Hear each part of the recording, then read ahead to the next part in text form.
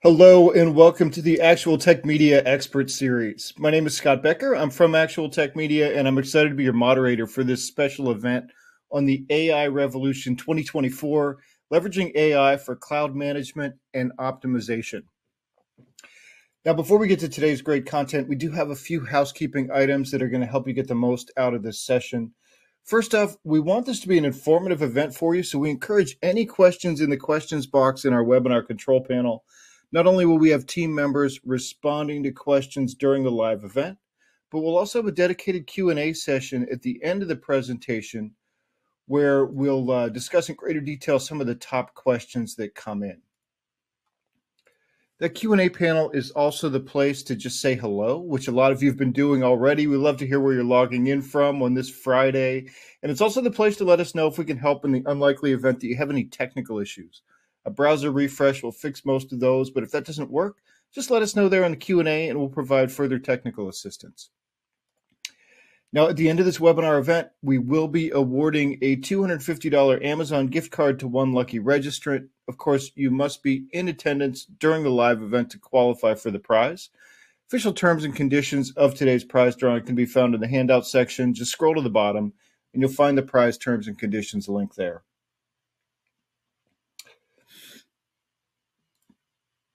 Now, these Expert Series events are special product-neutral looks at pressing technology problems presented by an expert in the field.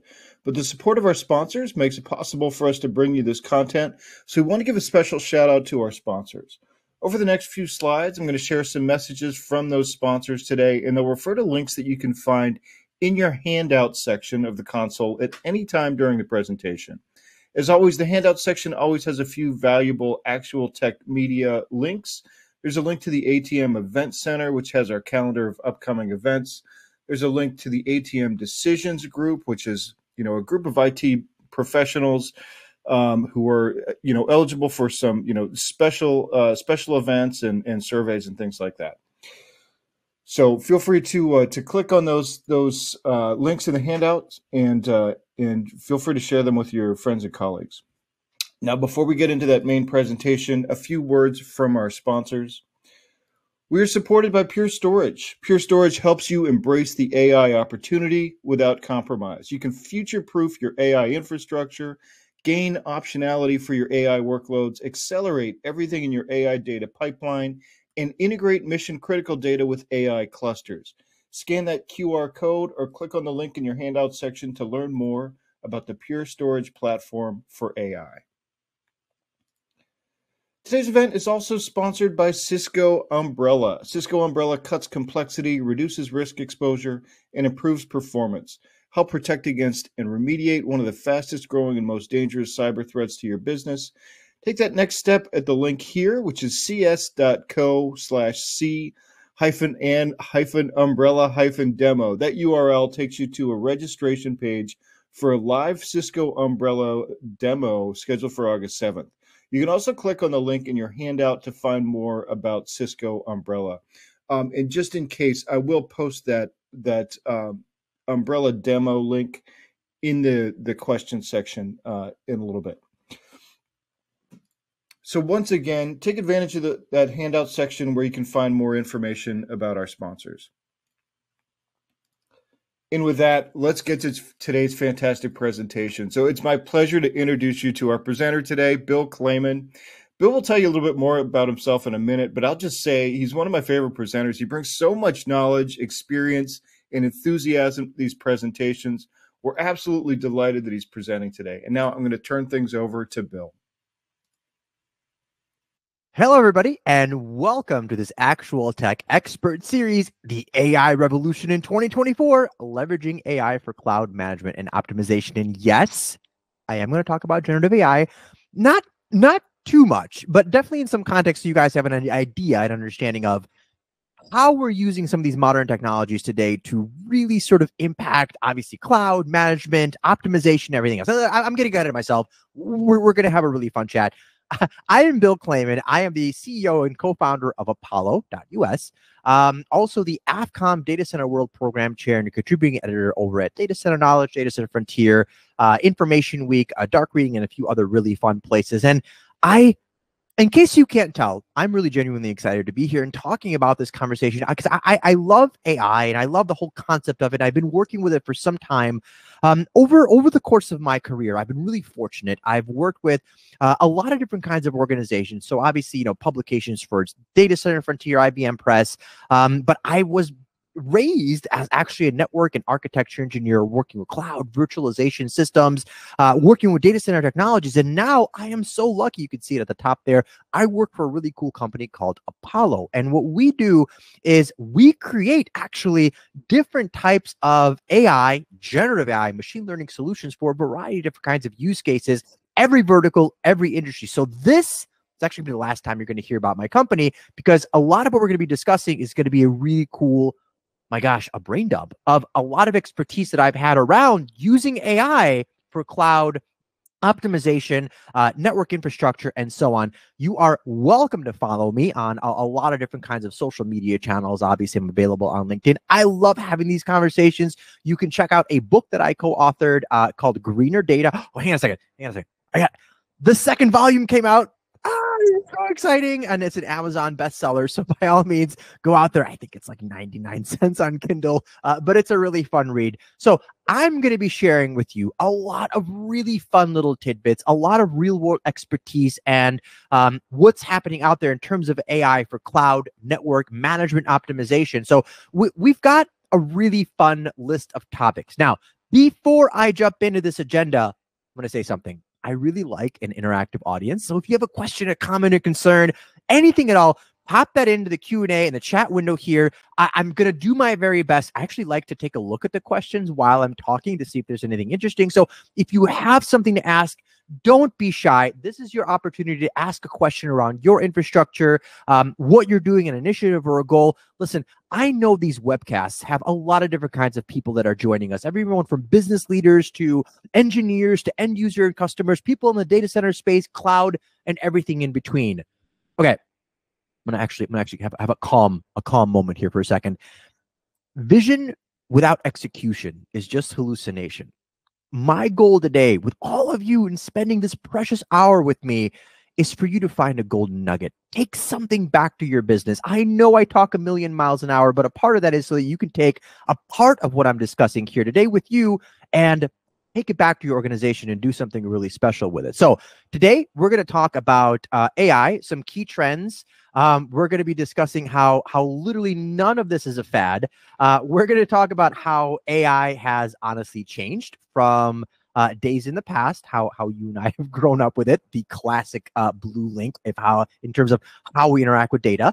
We're going to talk about AI in IT operations, and we're going to talk about leveraging AI, including generative AI for optimization. Now, I'm going to pause on that for a second.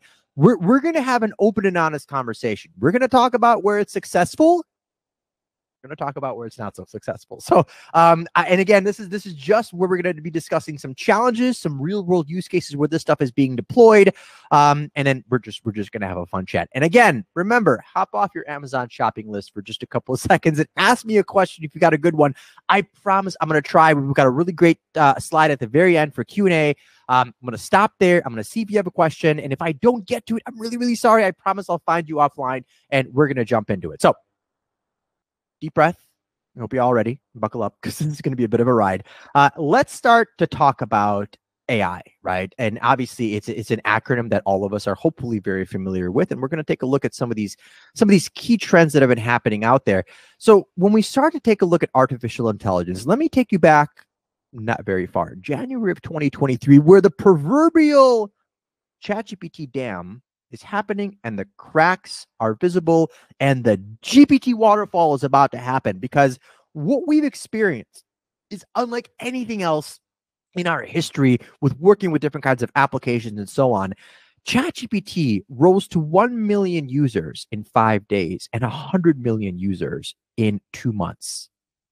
That's extraordinary. There's only one other app that reached 1 million users faster than the ChatGPT. Want to take a guess what it is? Threads. Yeah, well, it reached that 1 million user mark, but then very quickly sort of pitter-pattered away into just another social media application. Whereas ChatGPT never stop growing. And it's the technology that behind it, the AI ecosystem, that really we've seen faster growth than anything ever before. Now, there's something that's really important about this. This isn't a fad. This isn't a bubble. This, you know what is a fad? Fidget spinners. I got one on my desk. This is really fun to play with. That was a fad. This, my gosh, everybody, this is as much of a fad as when we stopped riding horses and started driving cars. This is as much of a fad as when we stopped taking trains and started flying in airplanes. We are seeing a fundamental shift in humanity in terms of how we interact with data. And we'll talk about that in just a second. But it's not just us as human beings. It's all of these systems as well. Network, cloud, storage, GPU, CPU, all of these elements. In fact, I think there was a really interesting stat recently that said that by the next 5 years, over 95% of all applications are going to use some form of generative AI to function or perform some kind of a better operation. We'll talk about that. But the most important point here, as far as faster growth than we've ever seen, the concept of AI today, remember, the way we interact with data, whether it's from a business or even a personal pleasure, play, whatever it is, work, it's going to change forever. So let's kind of explore for just a second what happened. What happened between AI from, let's say, just a couple of years ago to what we see right now? Well, we're not going to spend too much time with this, but I think it's important to sort of level set, right? When you hear the word artificial intelligence, it's statistical pattern matching. It does a really, really good job around that. And unfortunately, AI has become sort of this catch-all term for applications that perform really complex tasks that were once required to be done by humans, like communications, for example, playing chess facetiously enough, or working and communicating with customers online. Now, the term AI, and we're not going to go too far into it because I kind of want to make sure that we jump into the actual applications of AI in cloud and network optimization.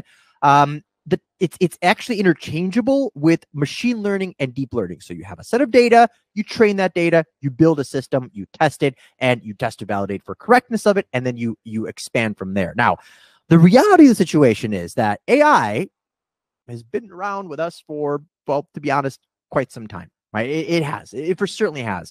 Now, I am going to take you all on a little bit of a journey. Ask Jeeves. You guys remember what that one is? Came out, I believe, in 1996. Alta Vista. There's another one, 1995. And the first time you were able to enter in a Google search was September of 1998. All right. You guys want to know something? All of us, you, myself, everybody has been conditioned to interact with data in a certain way. You enter in a search query right here in Google, right? And you get a blue link. That's it. Regardless if it's an internal SQL search, a query, SharePoint, your favorite search engine, DuckDuckGo, it doesn't matter. You enter in a search query and you get a pretty blue link.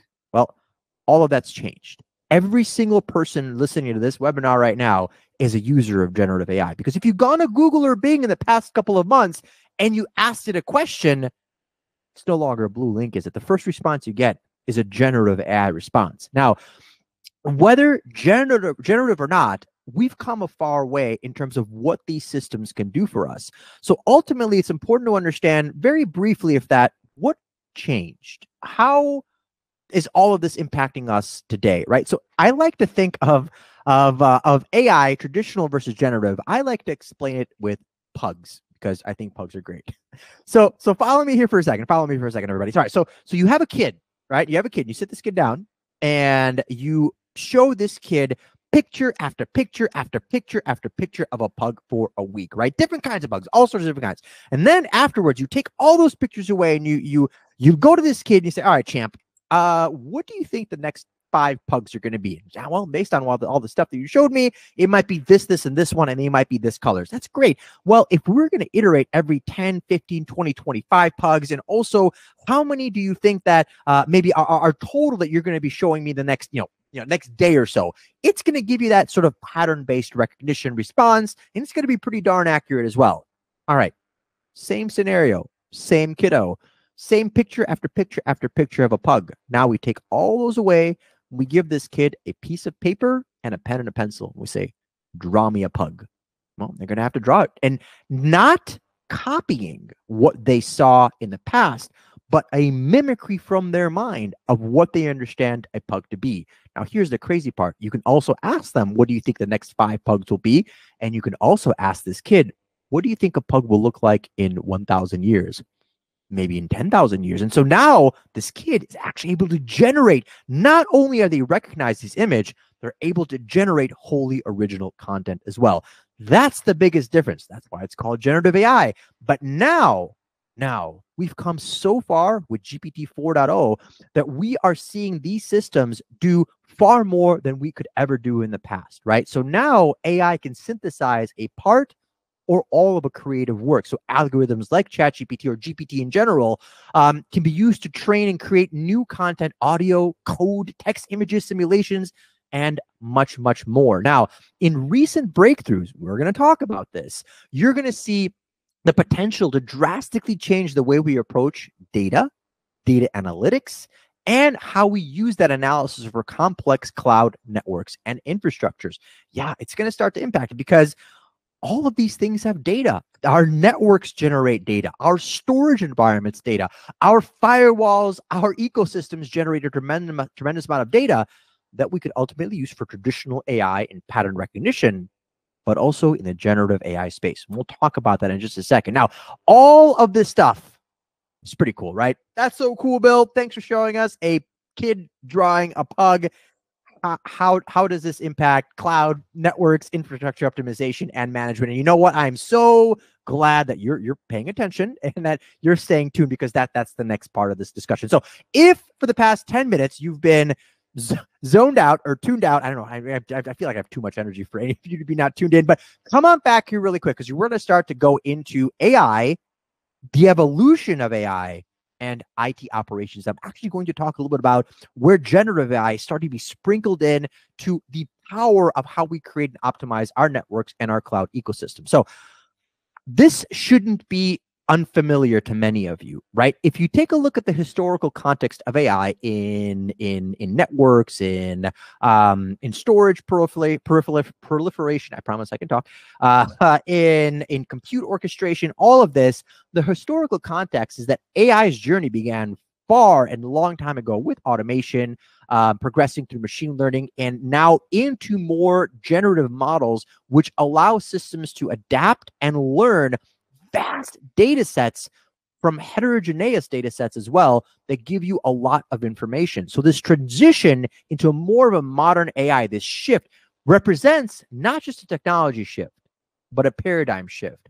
I joke around that to be successful in this AI era, you need 2 things: power, obviously, and bravery. And a lot of times transitioning to these new kinds of AI form factors, or these new types of technologies, it takes a little bit of bravery. Now, these systems are now created not just to analyze, but create new solutions and scenarios, fundamentally reshaping the IT landscape. Now, hang on a second, right? So you have, let's say, a Cisco environment, or you have a kind of a storage environment, and all of a sudden you have an issue or an error. Remember that predictive, prescriptive kind of an element of it? But now what's really cool is that you have a data model that has all of your network information in it. And all of a sudden your architecture sees, hey, hang on a second, there's an issue going on with a network, a piece of network traffic or a packet or something along those lines.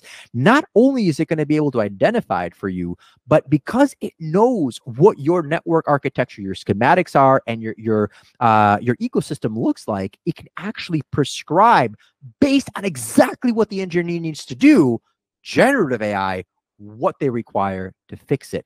Now that is extraordinary, because prescriptive ways of AI, basically they find a pattern, they see an issue, and they say, well, this is something you can solve for this, and these are some of the patterns you can look for, these are some of the ways you can solve this issue. Generative AI, much more contextual, and I use this word cautiously, much more conscious around your infrastructure. And all that is where it gets pretty cool. The implications for IT operations with generative AI really enhance the operational capabilities of what people can do with better workflows, predictive maintenance, and even more efficient resource utilization. Now, when we start to talk about predictive maintenance, again, it's not just generally saying, here's what you do, here's what's going on with your systems, just generally saying this. It's actually generating information for you based on your ecosystem to improve efficiency, lower costs, improve usability for your end users. that's where it gets pretty exciting. And the future of this, of AI in IT ops, is so cool, because what we're going to be doing is delivering on the promise to automate increasingly complex tasks to innovate IT solutions within many different kinds of organizations. So when we start to take a look at AI, specifically generative AI, and please understand, this is still all relatively new, we're going to see some pretty serious transformations in our IT landscape. So first of all, capabilities. Our IT people are stretched very thin. Sometimes they make mistakes. Sometimes they released kernel level drivers that take down operating systems. Unfortunately, shouldn't be a laughing matter. I had to travel on that Saturday when it all went down.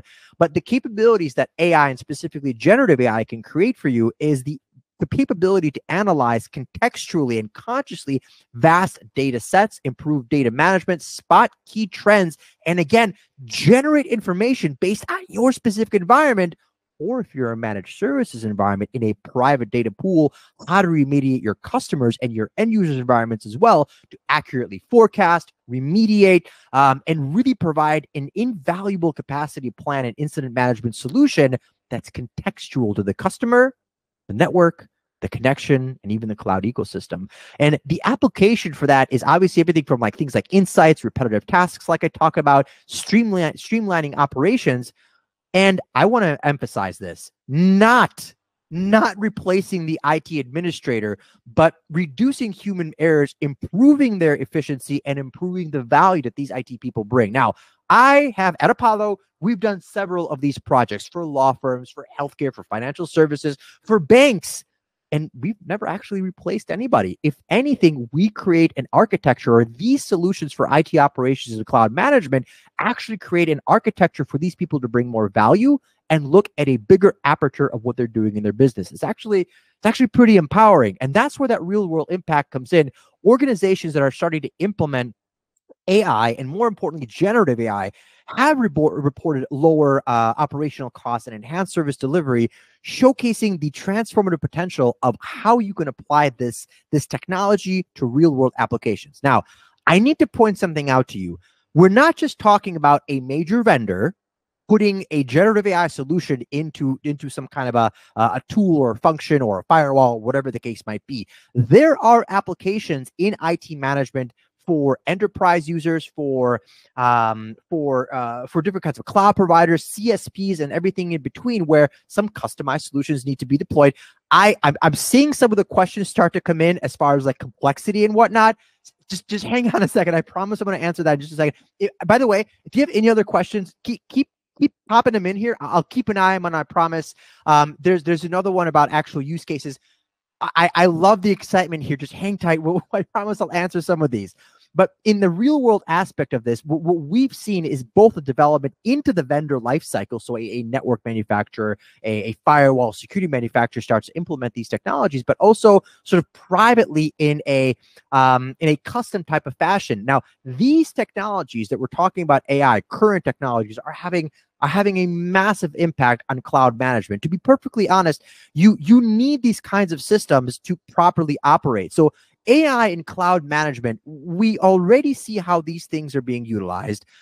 We see them through the utilization of things like machine learning, advanced neural networks, which enable resource allocation, much better usage prediction patterns, and optimized workloads in the cloud. Now, I'm going to pause in there for a second, because I know my next slide talks about achieving cost savings, but it's no longer deploy to the cloud by default. It's not, right? Because now there are specific people called FinOps professionals, financial operators, and their entire job is to quantify and qualify the cost of cloud, right? And in these situations, AI gives them a much better perspective and purview into what needs to be running in the cloud. How much does it cost? How much does it cost for me to deploy this widget in, for example, AWS versus on-prem? And it gives them a much deeper understanding of how to manage the cloud ecosystem. And listen, to be perfectly blunt with you, there's AI tools already out there.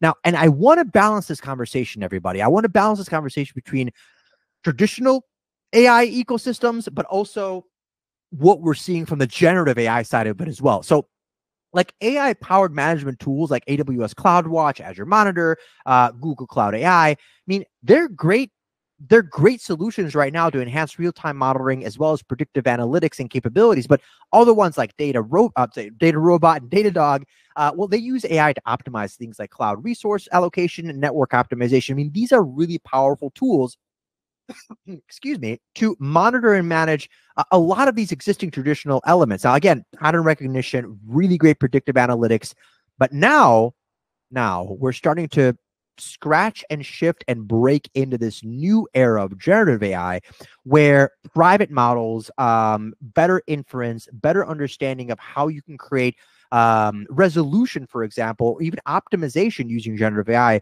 because the content that's being generated for you is, first of all, wholly original and wholly based on your ecosystem. So it's not just generic, here's a PDF on APIs. It's literally, here's your API, here's the call, here's how to integrate it with this backend storage system, and here are the processes to do that. Now, as an engineer, that's really useful. I want to sit there and I want to leverage that because I don't have to search around PDFs. I don't have to go through different places and repositories to find the answer to this. So being able to improve using these kinds of tools with generative solutions, just kind of put that in the back of your head. You're going to start to see some of these architectures coming up soon. Now, there's benefits. Obviously, automation is a big one. Now, that's probably one of my favorite, probably the lowest hanging fruit, where AI enhances really routine operations, minimizes minimal intervention, and allowing IT teams to focus on really complex challenges in ensuring operational continuity. So that's an important point to understand. Again, we're not trying to replace people, and we're also not trying to hand the keys over to AI.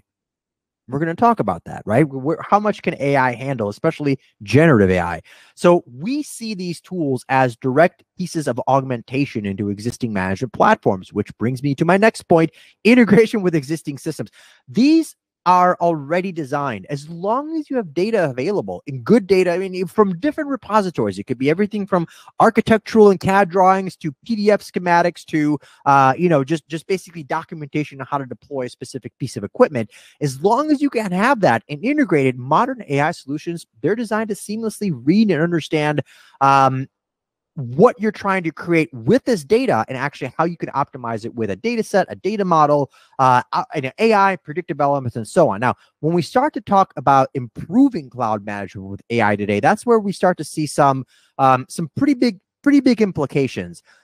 First of all, performance monitoring. That's going to be a big one. In my experience, I'm lucky. I am an what is it the word? They call me a geriatric millennial. I don't think that's necessary. They can call me an older millennial if they want. But I've had the experience to live through the whole era of virtualization, converged, hyper-converged infrastructure. I've had a chance to design a lot of these systems, and now we're seeing the era of AI. And these are some of the most powerful architectures that do help facilitate real-time monitoring, that do help you detect different kinds of anomalies and performance degradation quickly. Now, it's not just performance, it's also security, right? So predictive and prescriptive analytics, where you're able to assist in forecasting demand, optimizing resources proactively, leading to a lot of cost savings and efficiency, resource optimization techniques. So using AI for things like workload optimization, ensuring better resource management, like data, for example, as well as overall operational efficiency, security, and reducing costs. And obviously the cost savings is a big one.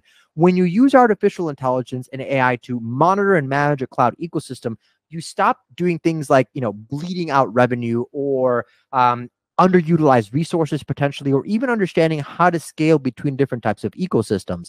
Now, when you start to apply generative AI into an architectural approach, this is when you start to work with architectures for data, for security, where you all of a sudden can get a generated architecture that can be directly an improvement to your existing ecosystem. And that's a pretty sizable management of what a pretty sizable benefit of what we're seeing in terms of improving cloud management using AI. Now, security is also a big one. That's I think I have a slide on that in just a little bit. But security is a big one in this, because one of the things that generative AI can certainly do, especially in like a firewall security type of architecture, is, again, if they detect an anomaly or something wrong, they can give you a response directly based on your environment, using your data, your analytics, and your structural components.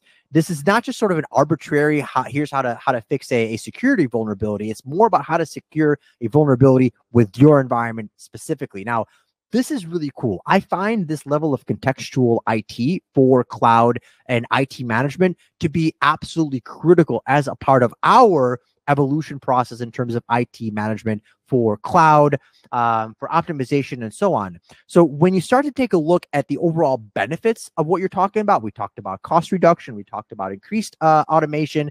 Now we're going to talk about scale. This is a big one.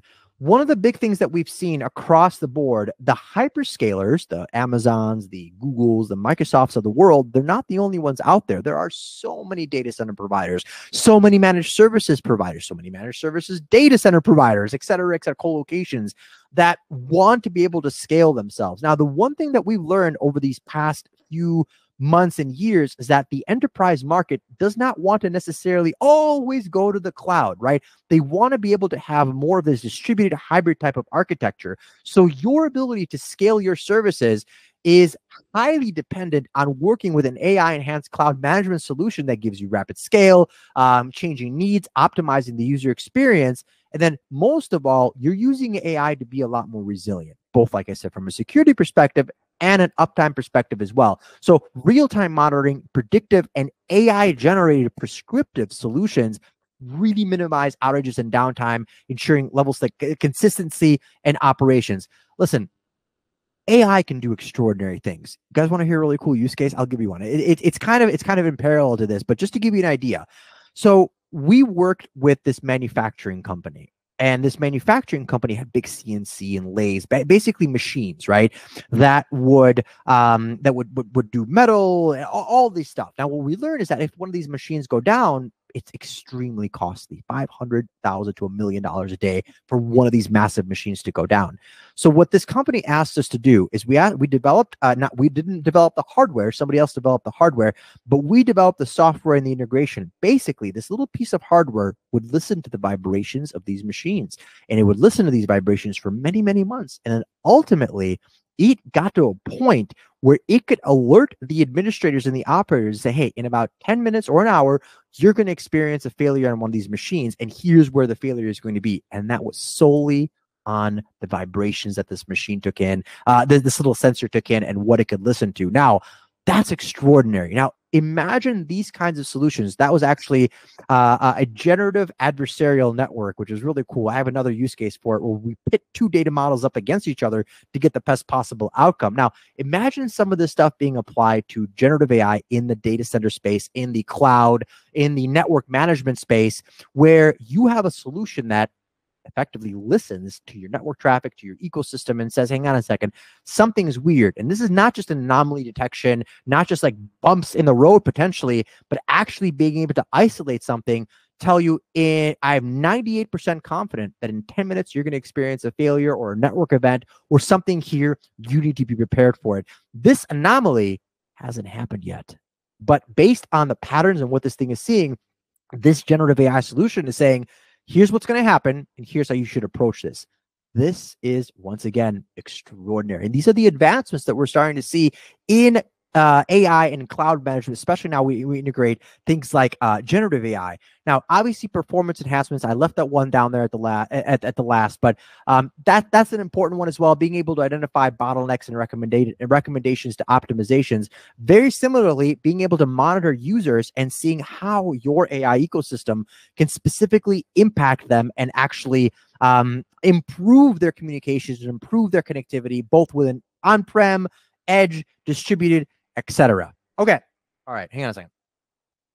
We're gonna take a little drink because this next part is going to be pretty important. Hang tight. The water break, everybody. That was excellent. Now, we've talked, and you've listened to this energetic chipmunk discuss the benefits, the use cases, the awesomeness of AI in the cloud. Now, it would be very silly of me not to talk about some of the challenges that both we've experienced, that we have seen in this industry, that we know are issues and limitations potentially. So if you've tuned me out, this is a good chance. We're at about the 30-minute mark. We've got a little bit more content, and we're going to open up for Q&A. Come on back here because we're going to talk about some of the real world challenges. And this isn't just slide fodder. This is stuff that we experienced in my organization and things that we're seeing within customers. So this is where we get a chance to level set a little bit. So when we start to talk about AI and challenges and limitations, we really need to be open and honest here. First of all, there's sometimes unclear goals. The data quality might not be great, and there might be resistance to change within the organization to actually adopt it or yield proper results. So unclear goals is a pretty big one, first of all, because a lot of people say, I want to do AI, which is like, I want to be a doctor. That's cool. What next part? What I need more information here. So it's important where you do these AI implementations, whether it's network storage, wherever you put it in your cloud environment management, there needs to be clear goal from both the business side as well as the IT side of what you want to accomplish here. When we work with different types of users and customers, the last thing that we want to do is build an elephant on a unicycle. Looks cool, does nothing for your business. That's the same thing with AI with unclear goals. Now, the other reality is inadequate data quality. Yikes. That's real. So let me give you an example. A customer comes to us and says, we want to improve our on-prem to cloud connectivity by 20%. But in order to do so, what we need is a generative AI ecosystem that tells us exactly when there's blips and boops and why it's not working. All right, cool. You want to increase this by 10 or 20%. Well, we can go in there and we're going to start to take a look at their data, and we're like, this is horrible. We can't necessarily use this, or it's not clean, or it's just not well put together to the extent where we do the POC and we're like, hey, we can't improve your traffic because there's complexities in your infrastructure that you need to improve first. So if the data isn't good, or it's not clean, or if it's not really usable, you're going to run into some limitations of what you can do with artificial intelligence. Now, ethics is going to be an important one. Where we were born on three really important core tendencies: AI ethics, AI sustainability, and AI transparency. This is something that you're going to need to consider as well. If you are a private organization, healthcare, FinServ, pharma, you're going to need to be very cautious in terms of how and where you transit your data to enhance your AI solution, generative AI, and so on. In some situations, this can only be done on-prem, where the data repositories and storage is done at a co-location partner, not in the cloud, or even sometimes on-premise. Now, ensuring that what you're doing is ethically responsible, that's going to be critical, right? Especially when you start talking about things like bias, accountability, transparency, and data usage. Where is this data going? What data are you actually feeding into the generative AI engine? Or any kind of AI ecosystem to actually improve your environment. So the ethics of how you use AI is a really critical consideration, and something to think about. Now that kind of bleeds into data privacy concerns. You have to think about that. A robust privacy framework to safeguard your information is key, especially for misuse and breaches. So in situations where you're actually putting in customer traffic or customer data, or even your own information, if you're like a multi-tenant ecosystem, you need to be very, very cautious about that, whether it's data segmentation, isolation, repository isolation, whatever the case might be. You need to make sure that you're using your data very intelligently. Now, here's the reality. Some cases you're like, Bill, I can't put this thing into the cloud. I can't put it into a co-location. It has to live on-prem. So those are real limitations. Sometimes AI works, and sometimes things like generative AI simply won't because of the limitations of what you can do with data. Now, that being said, there are not just data limitations, there are also technology and people limitations. Some of this stuff is really new. They're going to have inherent limitations, require a lot of refinement and fine-tuning, right? Adjustments to meet your operational needs. And similarly, some of these new generative AI stuff that we're hearing about is going to need some training and additional staff requirements. So not only do you need to be able to support it, but your team members need to know what to do with this infrastructure as well. So it's not just arbitrarily sitting there and it becomes, very sad shelfware. Now, one of the things that I know all of you have heard about is obviously OpenAI and ChatGPT, but what I don't think everyone really has a good understanding of, and this kind of flows in from the challenges and limitations of AI, what is AI good at? Especially generative AI. What is it actually good at, and what can it do? All right, buckle up, everybody. So OpenAI recently released their imagination for the AI future, and that came in the form of a level 1, 2, 3, 4, and 5 list, and call it the stages of artificial intelligence. Let's take a look at that really quick. We're gonna pause on here for a second. All right. So level 1, chatbots.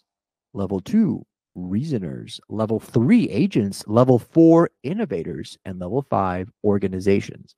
With level 1 being chatbots, AI with conversational language, all the way to level 5 organizations where AI can do the work of an organization. Yikes, my CEO title is at risk. Or is it? Okay. Now, class, do you know which level we are at right now? Barely. I'm sure. I'm sure you can probably take a guess. I'm maybe seeing some of the chat windows pop up here. By the way, I see a couple more questions coming in. This is really great stuff. Keep this stuff coming. I don't know if I'm going to have time for all of these, but I'll try to get through at least a few of these when we start to wrap up. We're right here, friends. We're literally at level 1, chatbots with AI conversational language. So AI, machine learning, neural networks are amazing. And in many situations, I argue that traditional pattern-based recognition of AI is probably some of the best forms of AI for now within cloud optimization and management, network computing, and so on. Part of the challenge here is that, wow, large language models like to dream. Now, I said that, and that's true. They have what are known as hallucinations. So one of the really important things, and that's where you do fine tuning, for example, where you have to work with this kind of ecosystem where when you get a response, when you get a piece of data back, you have to be confident that it's accurate. So one of the ways, for example, we've been leveraging AI, especially generative AI, for cloud management, optimization, network design is templating, right? So in a situation of cloud management and IT optimization, for example, you could have a system that knows all of your information, all of your data, and you could go into a GPT-like chat and say, hey, I need you to create a network diagram for 100 racks that's going to have a Cisco Nexus top of switch that's going to have Cisco firewalls, for example. Going to have all this really great storage ecosystems, and you give it a list, and all of a sudden, it spits out a network or a cloud architecture for you, and it's like 85% done. Well, that's amazing. Are you kidding me? What would have taken an architect like a week or two to create, now he can take this model, it's brilliantly templatized, and he can actually use this. They can actually use this to optimize whatever it is that they're creating for the customer. Now, that's actually pretty darn cool because you are simplifying the operations. You are giving this engineer, this architect, something to work with. Is it the complete solution? No. Even with fine tuning all day long, you might only get to about 95, 96, 97, 98% confidence. Still, that level of hallucination will happen. So the question becomes, what are you trying to get it to do? And is it good at what you're trying to create? So right now, we're not really even reasoning very well. We're literally creating AI with conversational language, the capability to generate content based on pretty simple instructions. Now, remarkably, we're already pretty far along. And again, we're seeing the implications of this within different kinds of systems, within different kinds of use cases, within different kinds of deployment models. But understand the limitations of generative AI and understand the power of traditional AI, machine learning, neural networks, and what these kinds of systems can do, because the future is extraordinary. It is so extraordinary. Understanding that we're just scratching the surface here with these level 1 chatbots, and that none of this is ever going to slow down. So as we start to look ahead, and by the way, I've got a couple of really fascinating slides coming up on use cases, so stay tuned, don't go anywhere.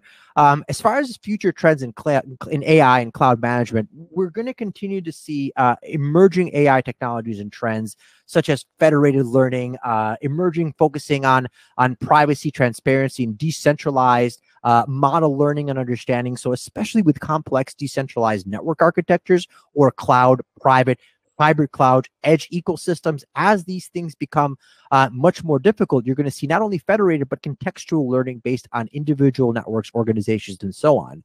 We're going to see further integration with things like hybrid models, edge computing, for example, and so on, where these AI tools are going to be able to seamlessly understand and scale resources across various types of environments. So think like optimized inference at the edge. I mean, that is a big one that's coming out there, especially with these new kinds of AI workloads. And obviously, the workforce dynamics are going to be changing. When AI, especially ChatGPT, first came out, people thought they were going to be replaced. In my experience and what we've been deploying, they haven't been. It's, if anything, we've been adding more value to these human beings to do great things for their organizations and honestly for society. And then finally, we're seeing some extraordinary predictions for integration where AI is going to become a differentiator in how you design cloud management, providing everything from competitive advantages to early adopters to optimized experiences. Now, one of the things that I want to talk about is both AI and generative AI in actual uses, in actual use cases out there. So, buckle up a little bit more. I said things that, like I told you to buckle up 3 times. You should be buckled. We're going to talk about some success stories in AI, and then I'm gonna actually share with you something really special. I took some time, and we have a use case that we developed specifically for this, not for this conversation, but around this conversation for network optimization. And it's actually really freaking cool. I'll share it to you in just a second. So when we start to take a look at success stories of AI and adoption, there's many out there. And to be perfectly blunt, the major network carriers like Cloudflare, for example, who recently presented at the keynote stage at Data Center World, they openly admitted and saying, we use AI to optimize how you guys view your favorite shows. And so on. If I'm not mistaken, Cloudflare, I think they got 30% of all of internet traffic goes through them. And believe me, they use quite a bit of AI, neural networks, and optimization to better understand insights, optimize their resources, and obviously enhance user experiences. And obviously, folks like Netflix are doing this right now. Uber is doing this right now. Any sort of content delivery architecture, anywhere where you need to distribute to the masses, they're going to be using some semblance of AI. Now, when we start to look at their outcomes that they get, obviously reduced latency, increased customer satisfaction, optimized environments. I mean, there's a lot of benefits to creating an ecosystem that is smart, intelligent, right? Works with you to optimize and self-learn, and in some cases even self-heal. Now, we have learned a lot of things, right? We understand the limitations and advantages that we've discussed earlier, allowing organizations to both forecast, predict hurdles, go along their journeys. Now, one of the things that we also learned, we did a project for a car company that similarly wanted to do some optimization of their network across multiple environments, but they gave us a week to train the model. Believe me, that use case failed because they didn't give enough time. Now, the lesson learned there is that you need to be patient, especially with generative AI. And developing some of these solutions might unfortunately be somewhat customized. So just be prepared for now to understand that generative AI, while it is powerful, is very use case specific. And on that note, the impact, right, of what happens when you actually review deploy these kinds of infrastructure components like AI. Now, when we do it, when we see it done, it is so important to persistently understand and review the successes of these kinds of deployments, all the way from the business level, all the way down to the users actually consuming these technologies. So again, understanding your lessons, understanding what's happening during the implementations are always really important. All right. I'm gonna take another deep breath here because this next one's going to be really entertaining. We're gonna talk about something really cool. I've got a real world use case that I want to talk about. But as far as like leveraging AI for cloud management and optimization, we're seeing success stories today, quite literally across every single vertical: entertainment, healthcare, fitness, retail, IT, and quite literally everything in between. And all of these organizations are becoming, they're using human-centric technologies, right? So how do I leverage AI in cloud, network, IT operations to impact that human level, right? The interaction with these systems. So I'm going to share something with you. It's a little bit wordy, so I'm going to read it off to you so you can see it. This is one of the largest mobile phone manufacturers. I have their device on my desk, and no, I'm not going to pick it up because I'm not allowed to tell you who they are.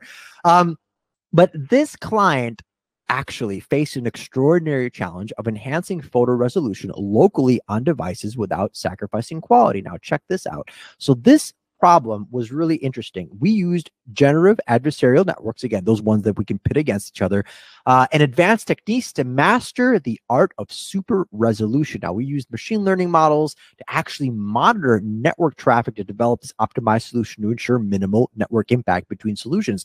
What they realized basically is that if we want to optimize the resolution of this kind of this image to create a basically an upscale of this lower resolution to maintain a striking high resolution photo, we can't do this over the cloud or the network, because if everyone's taking pictures and everyone's doing this, we're going to be in trouble. Our networks are going to become very saturated. So we collected a vast amount of data, lots of images, and we were able to actually create a solution on the actual device to impact how the super resolution was happening without having to send it out across the cloud, which ultimately improved their performance and outperformed conventional upscaling methods that would have had to run over potentially a much more saturated network ecosystem.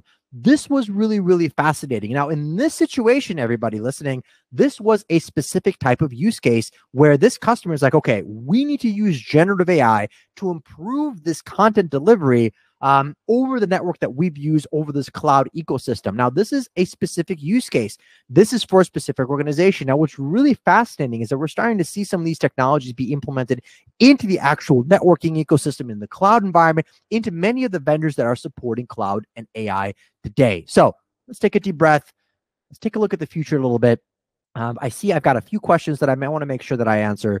But let's look ahead for just a second, everybody. None of this is going away.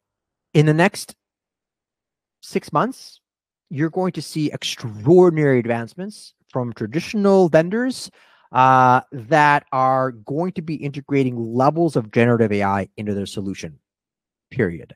And a part of that is you need to understand how autonomous cloud management, how we're going to be seeing this, that they're going to take the center stage, enhancing these operational capabilities for many different kinds of organizations. Now, if we're going to forecast this stuff, you need to anticipate this change. None of this is slowing down, and we need to understand that AI, preparing for AI, the collaboration between human operators and AI systems is critical to prepare for this change. And obviously, nothing is constant. Prepare for this because organizations must redefine their cloud strategies to embrace AI's full potential and remain competitive in an evolving landscape. Again, I've said this, you know, in a sea of endless possibilities, right? You are really creating an ecosystem that's truly powerful, and it's gonna make waves, right? I know I've joked around this, you know, in the endless sea of possibilities, you'll use imagination and data, and to be perfectly honest, a little bit of bravery as well, because these systems are extraordinary. My recommendation to all of you, as you take all of this in, there was so much information here, and yes, you get a copy of these deck, and if you want to talk to me, you can find me offline and have any sort of AI or data center or networking discussion that you'd like. Just be ready for it. All of the stuff that I talked about, it's not just me being really excited about it. This is happening. This is a part of our world. All of you are users of generative AI now. These kinds of systems they're going to go into the networking, the storage, the compute, GPU, CPU architectures that we rely on every single day very, very soon.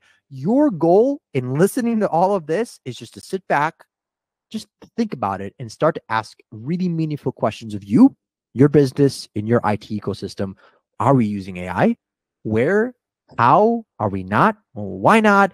Where could this impact us? And if those are the questions you start to ask, you're going on the right path. You're doing the right things already, because you're going to start to imagine what you can do and what you can create with these kinds of ecosystems. All right. I'm taking a look at the time.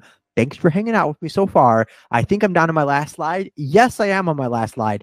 All right. I've got a couple of questions here that came in, and I'm trying to organize them a little bit. And if you have more questions, go ahead and pop those in there. I've got a couple that I want to make sure that I answer.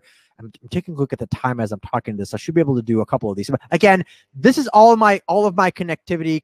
This is all of my LinkedIn, my social media information. Please connect. I'm hoping that right now, as I'm talking, a plethora of new connection requests are going to come into my LinkedIn account, and we can have these conversations forward. So, okay. How complex is it to deploy these solutions? Okay, so I guess I didn't talk about complexity too much. there are going to be two types of solutions here. There's going to be ones that are pre-built and baked into your hardware vendor, your software vendor, whatever it might be. For example, if you've got a firewall manufacturer and they do have a generative AI solution, for example, there's elements of where that predictive and generative prescriptive element where they can actually tell you how to solve your problem based directly on your information. That stuff is not as complex. It's going to be pretty narrow use case. Basically, it's not going to be just like, hey, tell me how your day is going and how to fix my car. It's going to be very concise and conscious to what you're trying to operate.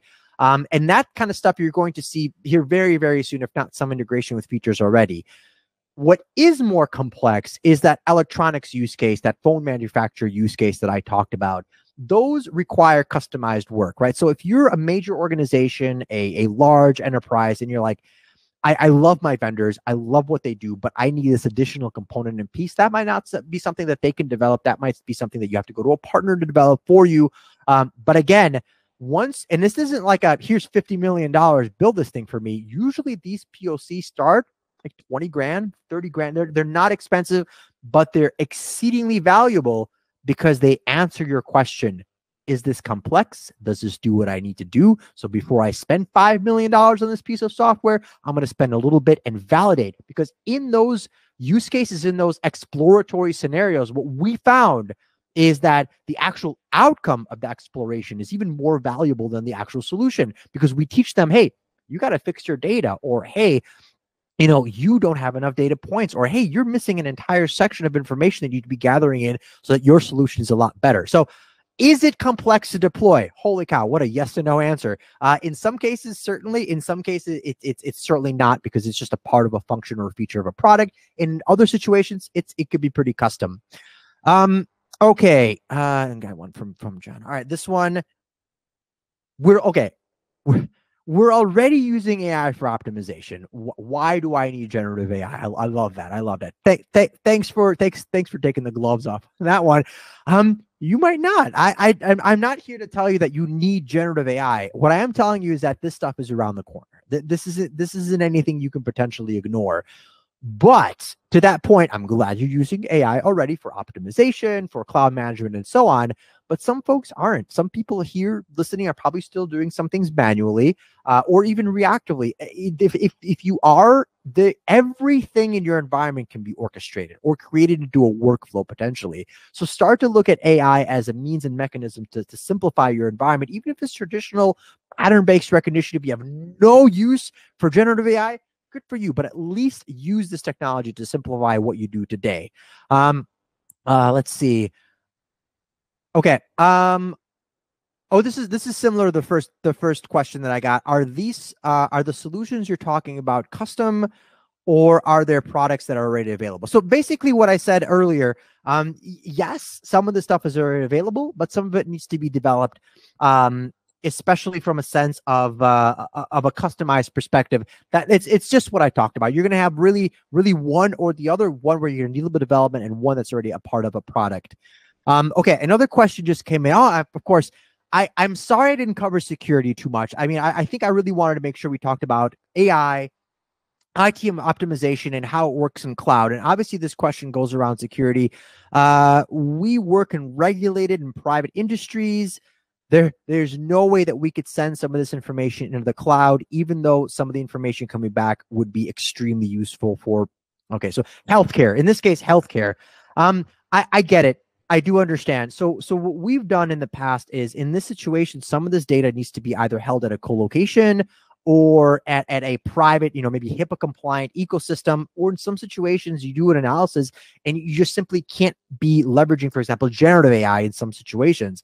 I get it. This stuff could get pretty complex pretty quickly, and data requirements are important. But that being said, there are a lot of use cases out there. For example, we're working on an air-gapped solution where there's a bunch of GPUs, Apollo sitting on top, and this thing doesn't even talk to the internet. And the government's like, you have to fly someone out there to actually fix this network issue or cloud issue because it doesn't talk to anything. That's a pretty outlying use case. When we start to take a look at security, you need to know where it's going, how it's flowing, where it's being stored. And that's another part of the thing that you need to discuss. If you're using OpenAI API, you'll know that OpenAI only gives you access to their API through a web interface, which means that you're going to have to send your data up through them. It is what it is. Now, similarly, Llama came out recently with a 3.1 LLM, and that's open source. That's something that you can take, ingest, and build your own models and your own inference engines and so on. Now, in those situations, you don't have to send your information to Facebook or anyone else. You can actually take that model into on-prem and develop it yourself. So there's various aspects of how you can approach this, especially when we start talking about generative AI. But importantly, again, I love that these questions are coming in. It's not just about Gen AI. It's really not. Any sort of good artificial intelligence system built and designed to optimize your ecosystem is really something you're going to need to look at for your business. I'm glad you asked a security question. Data privacy, data locality is important. We get this time and time again where a customer comes in and says, Bill, we want to use a private model or a private colocation because we refuse to allow our data to sit in the cloud and be used to train some big foundational model. I get it. That could be very concerning. So again, just think about how you're applying it to your cloud, to your management ecosystem, and where there are specific use cases. We're running out of time here. There's a couple of other questions. I promise. I'm so sorry. I'm not going to have time to answer all of these. As you think about your ecosystem and all the stuff that we talked about today, it's going to get complicated. It doesn't have to be scary. It doesn't have to be something that you're fearful of approaching or trying out. Again, my biggest point here that I want everyone to listen to, and again, this hour that you've sat with me, is at the very least, ask yourself very good introspective questions of what you are doing with artificial intelligence, how you're leveraging it to make your life much easier, where there are incorporations for things like workflow automation improvements in how you design and architect systems. And here's the other thing, whether you're an enterprise supporting an internal customer base, or you're a CSP or a co-location provider, these are the tools that will ultimately impact your business and enhance your user experience and obviously impact optimization as well. All right, I have to pass it back to the host for some final wrap-up words because I'm literally coming up on time here. You have been absolutely wonderful. Thank you for this discussion, for the questions that came in. I'm sorry I didn't have time to answer all of them, but by all means, find me on I was going to say Twitter, on X. I'm not there as often anymore, but you could definitely find me on Facebook, but even more so on LinkedIn. That's where I am. I'm just going to stop there. Find me on LinkedIn. Let's have this conversation some more. Thank you so much for hanging out today, and I hope you learned something. And now, just to kind of wrap it up, back to our wonderful host. Thanks, everybody. All right. Thanks, Bill. See, everyone, didn't I tell you that was going to be great? So there were, as Bill mentioned, there were a lot more questions than you could get to. Find Bill on LinkedIn, like you recommended, and connect with him directly, absolutely. But we will just kind of package up all these questions that came in and send them to Bill as well, just so he can follow up. But before we wrap up, we do have one more piece of business. It's the Amazon gift card prize drawing. And the winner of the $250 Amazon gift card is Harold Upegi from Washington. So congratulations to Harold. We'll be in touch to get you your card. And with that, on behalf of the Actual Tech Media team, I want to thank our sponsors for making this event possible, Pure Storage and Cisco Umbrella. And thanks as always for attending and for your great questions. That's going to conclude today's event. Have a fantastic rest of your day and a great weekend.